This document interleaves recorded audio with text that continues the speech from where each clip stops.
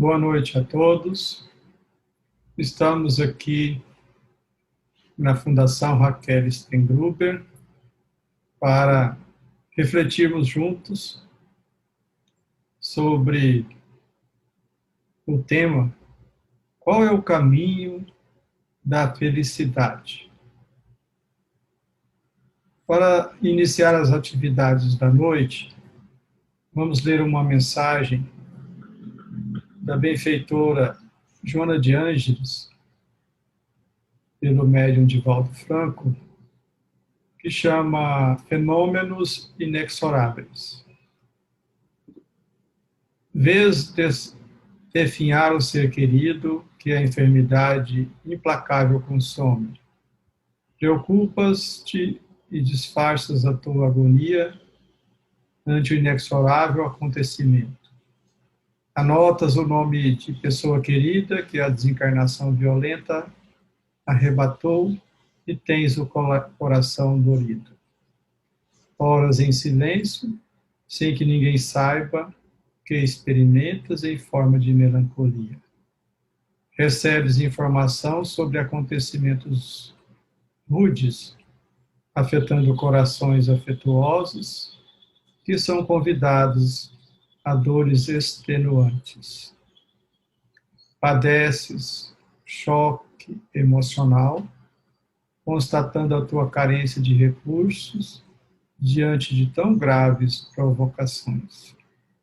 Chega-te o apelo angustiado de amigos queridos que despertam na soledade entre as infaustas partidas daqueles a quem amam. Constatas a precariedade da existência física e sofres calado, embora sorrindo. Defrontas os companheiros da juventude agora deformados, combalidos, sem rumo. Nublam-te os olhos com lágrimas que não deixas cair a fim de que ninguém perceba a tua compulsão. Multiplicam-se em toda parte as enfermidades mutiladoras, debilitantes, perturbadoras, que acometem os seres vivos e dilaceram as criaturas humanas, deixando vazios terríveis nos corações. Não te desalentes, porém. A desencarnação é a etapa final do fenômeno biológico e ninguém se eximirá de experimentá-la.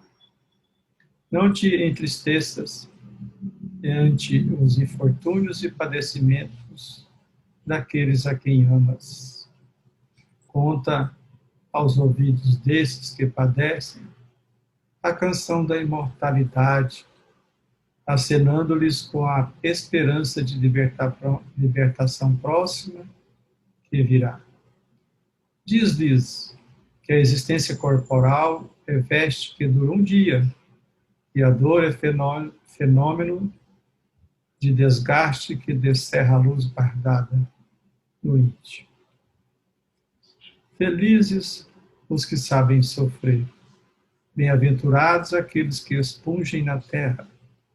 Se a estância é breve na matéria, o estágio libertador é longo e abençoado. Anima os que se dilaceram nas enfermidades consumidoras, irradiando-lhes as alegrias com que se inundarão de coragem para sublimar-se. Reflexiona com eles sobre a realidade da existência física e o que a todos aguarda após a morte. Nenhuma dor que permaneça sem termo. A morte é, portanto, dádiva de Deus para interromper os ciclos afligentes. Raciocina, examinando a vida sob o ponto de vista espiritual, e tudo se modificará. Sentir-se feliz, então, vendo os amigos que, em processo de libertação, antegozando as alegrias, que os esperam, por sua vez, a ti também aguardando. Jesus, sadio e puro, ensinando e confirmando a imortalidade, aceitou espontaneamente a traição de um amigo, a negação de outro, o abandono de quase todos e sofrendo sem desanimar, permaneceu tranquilo, tal a sua certeza que nos legou no triunfo da vida além da morte e da noite humana. Assim reflexiona e deixa-te dominar pela fé da imortalidade, verificando que, nesta condição, tudo se altera e passa a ter nova e ditosa configuração. Vamos orar. Jesus, Mestre amado, exemplo e modelo para todos nós, que a tua bondade possa chegar em nossos corações para ser esse refrigério que alimenta a alma, ressignifica os pensamentos, as experiências que experimentamos em nossa vida cotidiana. Rogamos ao Mestre que nessa noite abasteça os nossos corações da força interior que vem da sua misericórdia e resplandece em forma de um olhar amoroso, afetuoso, que acalenta-nos, mesmo diante das amarguras, das ansiedades, da inquietude e do apego às questões da matéria. Ainda, Mestre, subjugados pelo apego, sofremos, mas certamente dia virá que estaremos libertos desta clave que nos prende e nos mantém arraigados em situações desnecessárias. Rogamos que as reflexões da noite possam ser instrumentos esclarecedores para esta libertação da alma. Que os benfeitores desta casa de luz, nossa querida Rachel Stengruber, todos eles possam abastecer os nossos sentimentos com a luz que vem de Deus. Assim seja. Bem, o tema da noite é qual é o caminho da felicidade. E para iniciar, devemos nos reportar à questão 115 do Livro dos Espíritos, pois é uma questão tronco de todas as questões que tem ali, porque dá a direção da felicidade. É aquela questão que Allan Kardec pergunta se dos espíritos uns terão sido criados bons e outros maus. Foi quando os espíritos superiores responderam que Deus nos criou simples e ignorantes, ou seja, sem saber, sem o conhecimento. E a cada um deu determinada missão, a missão de construir a felicidade, para chegar a esse estado de pureza da alma, esse estado de felicidade eterna. Então, na resposta deles, eles também acrescentam que vamos passar por provas, que Deus nos impõe para nós adquirirmos o conhecimento. E para conhecer e esclarecer e iluminar as almas, o caminho é a verdade. É conhecendo a verdade, a partir das provas, é que nós alcançamos a pura e eterna felicidade. Ainda na resposta dos benfeitores, eles esclarecem que uns aceitam murmurando e outros,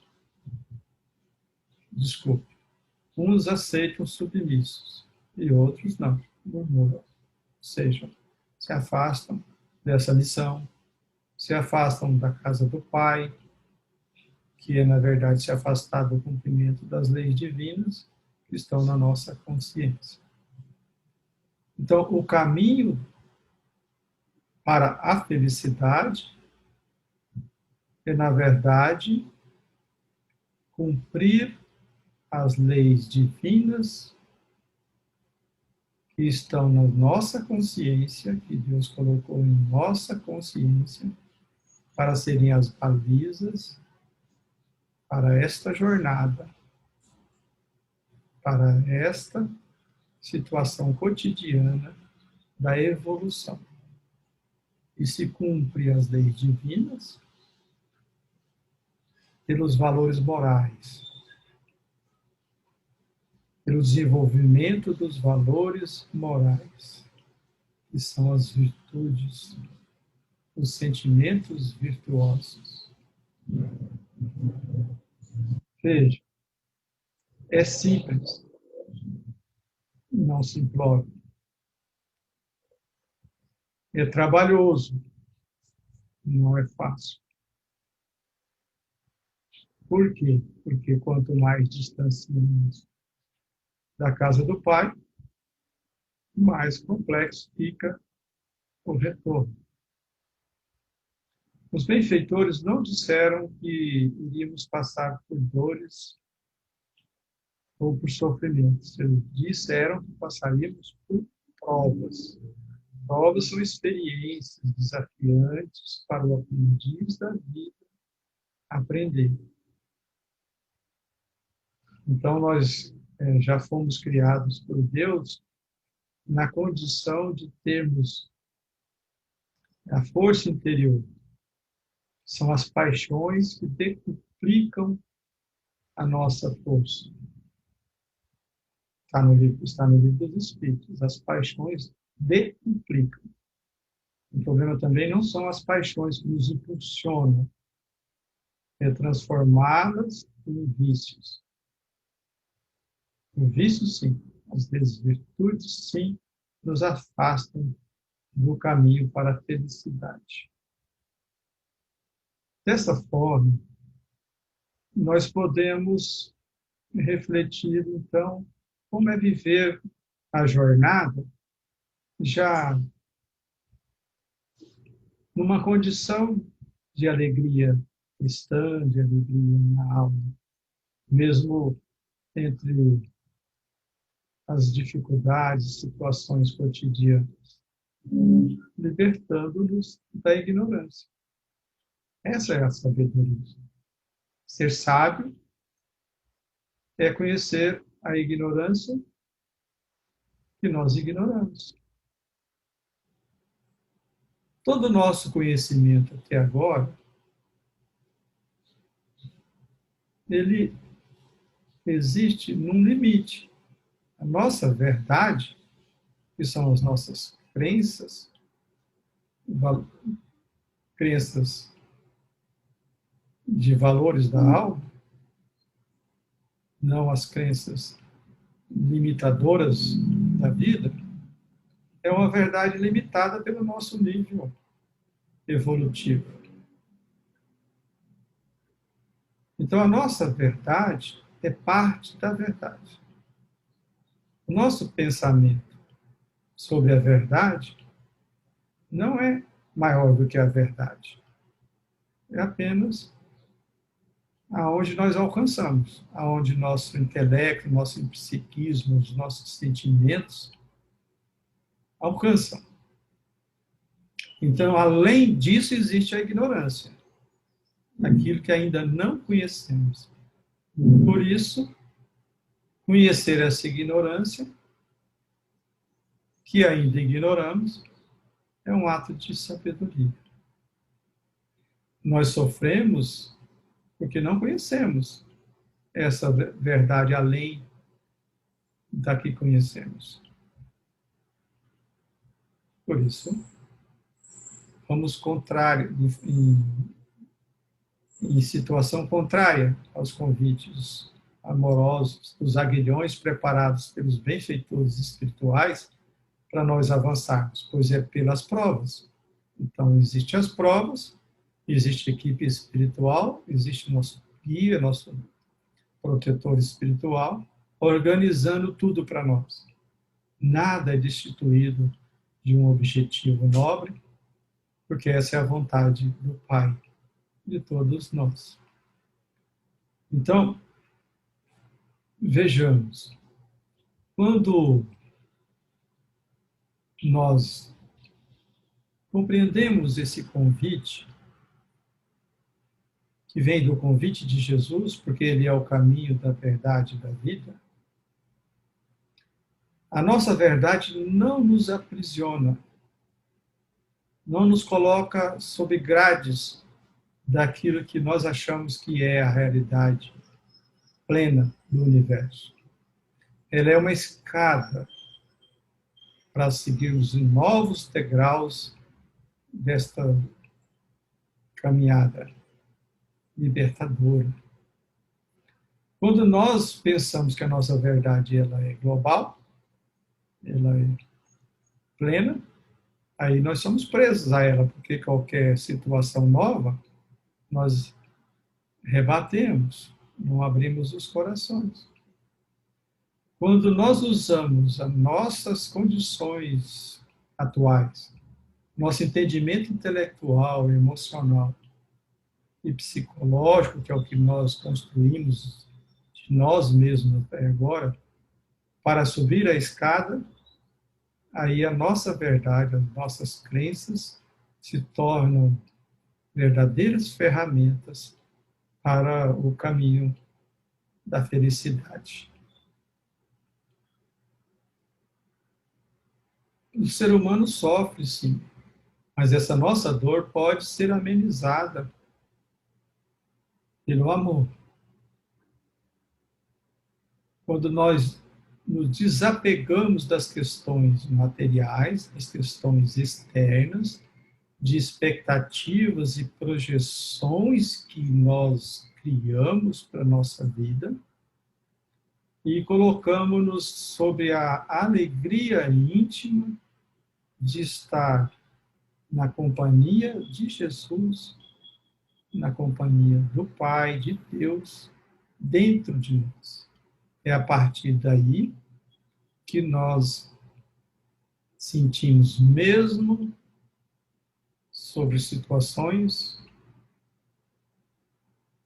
que nos choca a visão, que nos choca a audição, que nos choca os sentimentos, saber que estamos na jornada libertadora e no caminho para a felicidade. Não são tantas situações que nos cercam, é a cegueira, é a triste cegueira que impede o nosso coração de reconhecer esse convite magnífico de Jesus. É como se tivéssemos um prazer de manter o orgulho, de nos aprisionar no egoísmo. E isso traz tanta dor na alma por esse apego. E Jesus disse que um simples grão de mostarda seria capaz de produzir a mais imponente árvore da fé, sustentando as virtudes e a vontade firme, perseverante de seguir. Nossa capacidade de multiplicar as dores é impressionante, pois não buscamos compreender a ciência do conviver e do relacionar-se, o quanto as provas advindas das relações são provas valorosas. E isso é nocivo, pois qualquer crise que venha de uma pandemia, que traz isolamento, crise econômica, financeira, ou política e social, qualquer situação dessa que é instrumento, a ignorância nos traz mais para fundo e nós não despertamos esse potencial adormecido no coração. Existe esse manancial de paz dentro de nós, mas só o desapego bem praticado, com disciplina e vontade inabalável, pode nos sustentar. Se nós compreendermos que não fomos criados para nos apegar às sensações e aos sentidos físicos, valorizando as coisas materiais, nós saberemos a importância de construir esta felicidade no coração. Como que nós vamos interpretar a realidade, então, da vida? Já que nós temos realidades e realidades. Realidades egóicas, fatos que acontecem, mas a grande realidade que vem de Deus. Primeiro, não é delegando aos sentidos físicos a responsabilidade de interpretar a vida. Os sentidos físicos são canais que interpretam a realidade externa, é da nossa relação para fora. A visão, a audição, a fala, todos os sentidos estão voltados para compreender o que nos circunda, nas relações, nas coisas, nas circunstâncias. O grande canal libertador da realidade, em conexão com a realidade de Deus, está na consciência, onde estão escritas as leis de Deus. Dessa forma, não devemos transferir aos sentidos físicos a responsabilidade, e sim a consciência. Como? Ouvindo a consciência. Como se ouve a consciência? Na quietude, no silêncio interior, na meditação, na oração, tendo espaços para nos perceber, para nos ver, sentir. É uma vida voltada para o silêncio interior. Vejamos, um dia de 24 horas, nós temos muitas situações, muitas questões para resolver, temos questões relacionais que geram um movimento íntimo, que às vezes embaralha a mente. Então, se nós não tirarmos de tempos em tempos momentos para aquietar, se perceber, orar, entrar em contato com si mesmo, com essa energia da consciência, nós estaríamos no automatismo precipitador e desprevenidos. Então, o convite do orar e vigiar é importante. De tempos em tempos, quanto tempo? Quase que várias vezes por dia devemos fazer pausas. Essa pausa não é necessariamente sempre aquela pausa que às vezes a gente não tem condições, mas muitas vezes temos e não fazemos, que é sentar, ler uma mensagem, fazer uma visualização, uma meditação, uma reflexão, se perceber aonde está.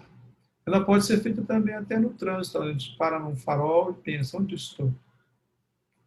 Olhar para si, o que eu estou sentindo? Quais são os meus pensamentos nesse momento? Aí nós vamos tendo uma consciência de si. Essa pausa no trânsito é facilitadora, não substitui a meditação, os momentos mais profundos de meditação.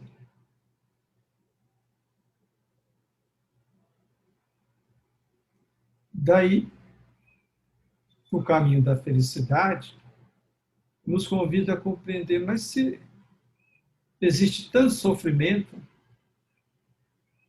por que existe também tanto apego ao sofrimento?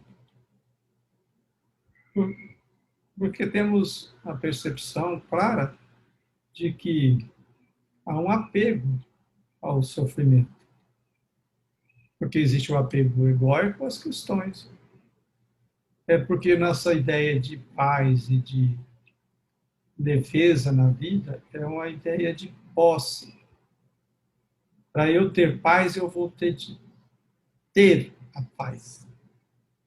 Eu vou ter de possuir paz. E aí está uma grande ignorância, um grande engano. A paz não é possuída dessa forma. A paz não é o apego por ela, ou a energia que vai e domina, e agora eu estou em paz. Ela é fruto da libertação dos apegos. Então, a ideia de posse é criada pelo movimento egóico. A ideia da libertação está na liberdade que alcançamos pelo desapego às questões relacionais e às questões das coisas materiais. Quando nós temos a força interior de cumprir o dever, nós geramos paz de consciência, mesmo errando. Porque se somos aprendizes, nós cometeremos enganos. Porém, se estamos fortalecidos pela persistência, pela vontade vigorosa e buscando novas formas de agir, nós mudaremos os nossos comportamentos para melhor. E assim teremos paz de consciência. E essa paz, então, é fruto do comportamento virtuoso. A partir da fonte onde nasce essa vontade, que é no desapego, nós vamos manifestar uma nova realidade íntima. Veja que o processo é simples, porém trabalhoso, porque nós não vamos conseguir em todos os momentos. Mas devemos nos libertar da cegueira que nos prende a esse sofrimento que se repete.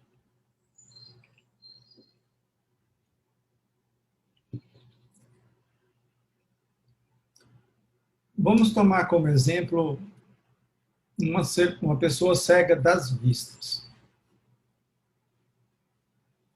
Ele tem desejos como todo mundo, ele tem apegos como todo mundo, como todas as pessoas. Mas ele não sente falta, ele não sente falta de vestir, por exemplo,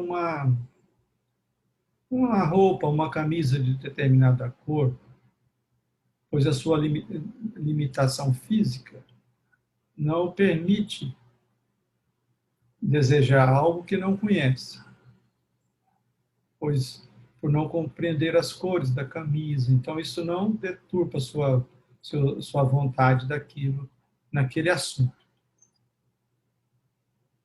Então, o que esse exemplo pode nos dar, apenas como analogia?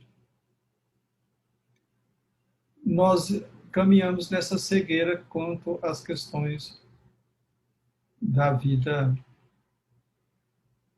leve e suave, como o convite de Jesus.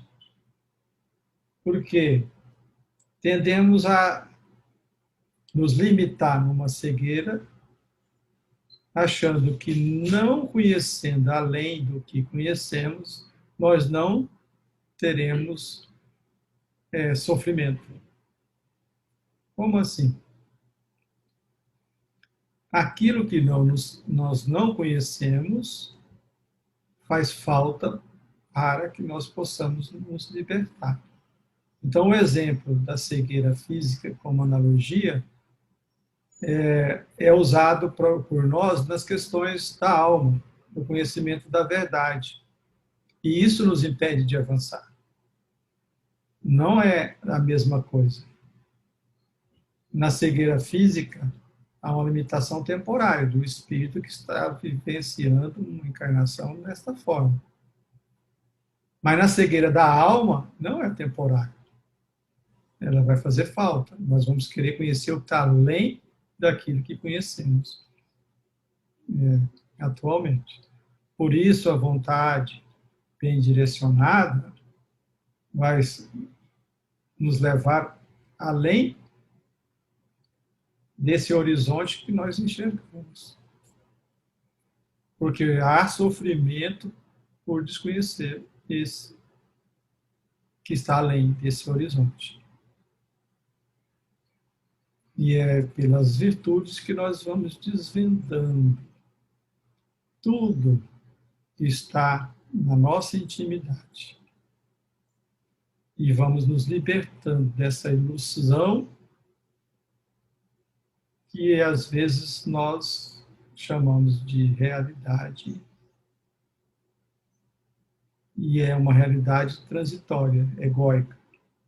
Por exemplo, uma raiva é um fato, está acontecendo dentro de nós.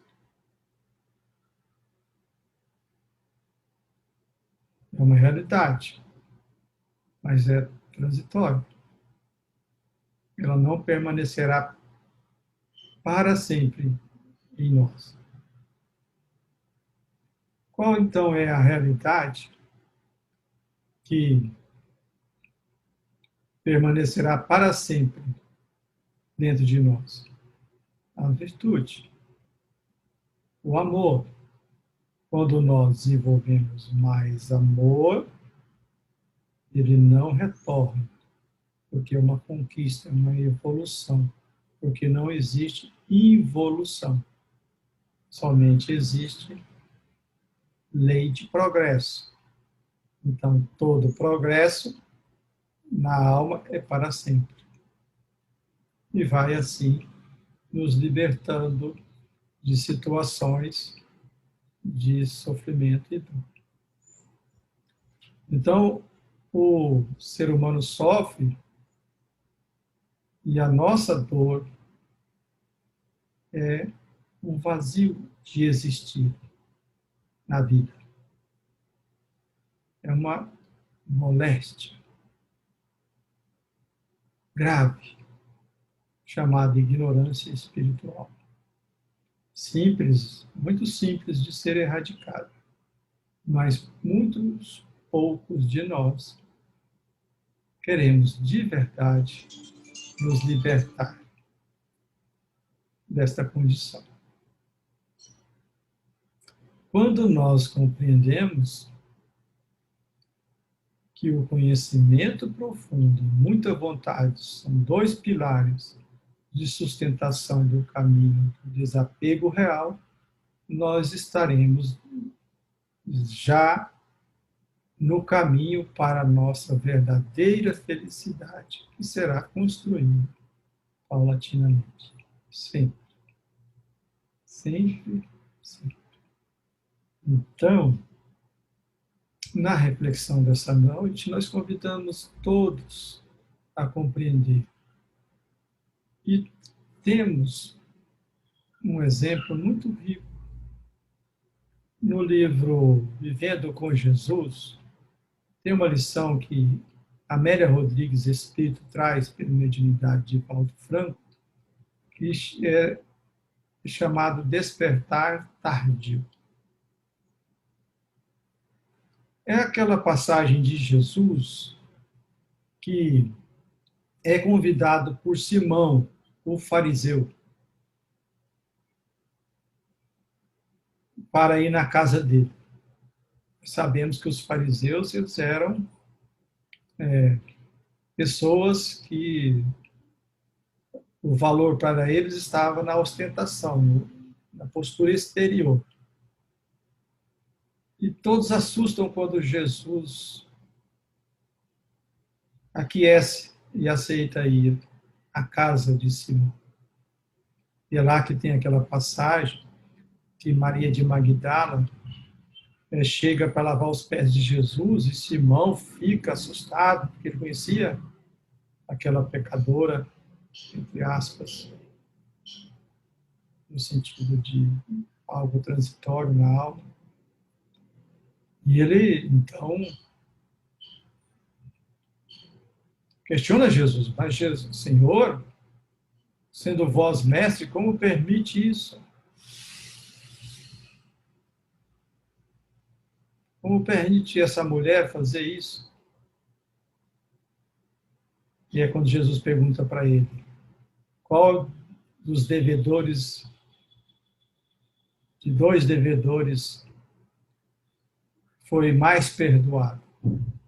Que ele tinha inteligência intelectual, disse aquele que mais amou. Então, ficou constrangido. Simão passou a ter uma ojeriza, uma raiva, torcer, ficou intoxicado pela presunção de tudo que o movimentava e torcia contra Jesus. Mas ele nunca mais esqueceu aquela figura na intimidade dele. Ninguém esquece Jesus, por dois motivos. Primeiro, porque ele teve um contato direto com o Mestre. E isso não é algo comum. Segundo, que nós temos na intimidade os códigos morais que nos ligam aos códigos de Jesus. Somos irmãos, filhos de Deus, e temos esses códigos morais. E nós estamos, então, ligados diretamente a Jesus, todos nós. Então, Simão acompanhou os próximos anos aturdido, perdeu aquele desejo e aquela alegria que ele tinha com as coisas externas. Mais tarde, sua esposa faleceu, seus filhos pediram as condições financeiras e foram embora para Roma.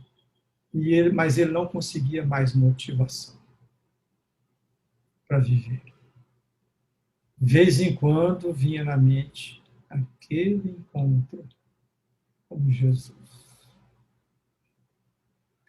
E diz a Amélia Rodrigues que lá nos anos 70, Tito, o filho do imperador Vespasiano,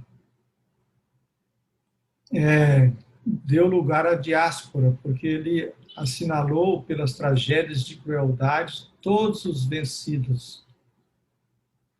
Então ele mandou crucificar fariseus, sacerdotes, saduceus, todo o povo judeu que atrás das muralhas de Jerusalém, das cidades, ele decretou a pena de morte pela crucificação.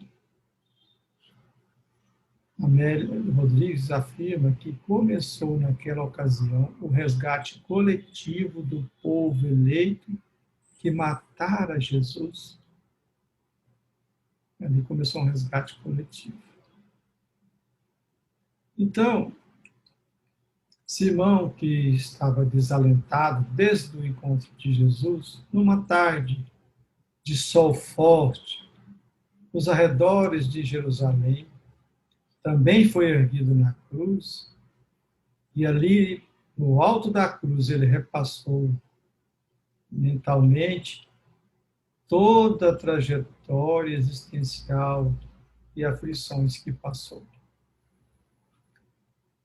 E foi no ápice disso que ele se arrependeu da atitude mantida em relação a Jesus. Desejou naquele momento amar muito Jesus, a fim de que a semelhança daquela mulher infeliz fosse perdoado pelo Mestre. Era noite, quando Simão, cansado, transtornado pelas dores extremas, rendeu o espírito. E a fim de recomeçar mais tarde, porque ali o arrependimento foi o passo inicial. Ele recomeçou mais tarde, muito mais tarde, noutro corpo, numa outra época, na época da Era Nova, a sua própria redenção. Dessa forma, nós podemos compreender que sempre é hora de começar a nossa redenção. Sempre é momento de sentir a alegria do vigiar e orar, a alegria da prece, a alegria de nos arrepender e querermos muito fazer a jornada da nossa redenção, o caminho de volta à casa do Pai, o caminho para a nossa felicidade eterna. Que Jesus nos abençoe. Nós vamos agora fazer uma oração. Pedimos licença para fazer uma oração que está no Evangelho segundo o Espiritismo, no capítulo 18. Ela é falada por Santo Agostinho, em Paris, 1861. Chama A Alegria da Prece. Então, com Santo Agostinho, nós vamos fazer a prece de encerramento das reflexões da noite. Vinde vós que quereis crer. Os Espíritos Celestes acorrem e vêm vos anunciar grandes coisas. Deus, meus filhos, abre seus tesouros para vos dar todos os seus benefícios. Homens incrédulos, se soubessem quanto a fé faz bem ao coração e leva a alma ao arrependimento e à prece, como são tocantes as palavras que saem da boca que ora.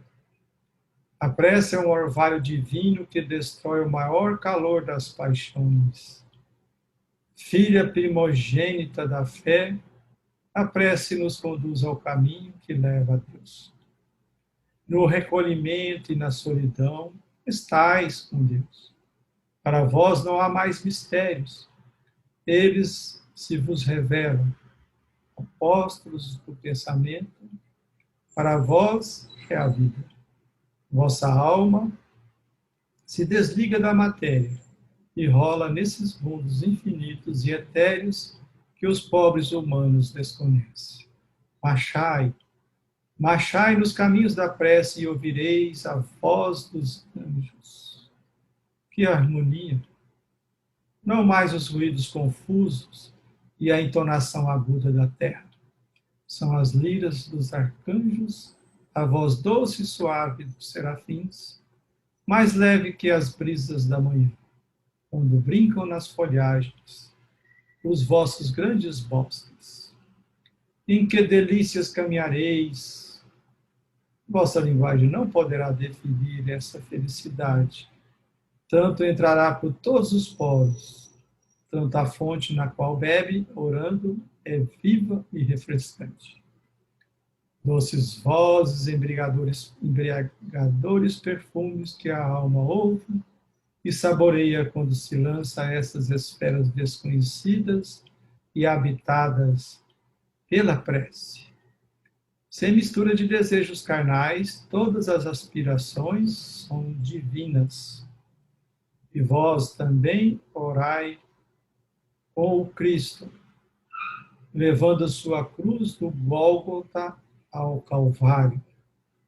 Levai a vossa cruz e sentireis as doces emoções que passam em sua alma. Embora carregado de um madeiro infamante, ele ia morrer, mas para viver a vida celestial na morada de seu Pai. Muita paz para todos nós. Uma boa noite.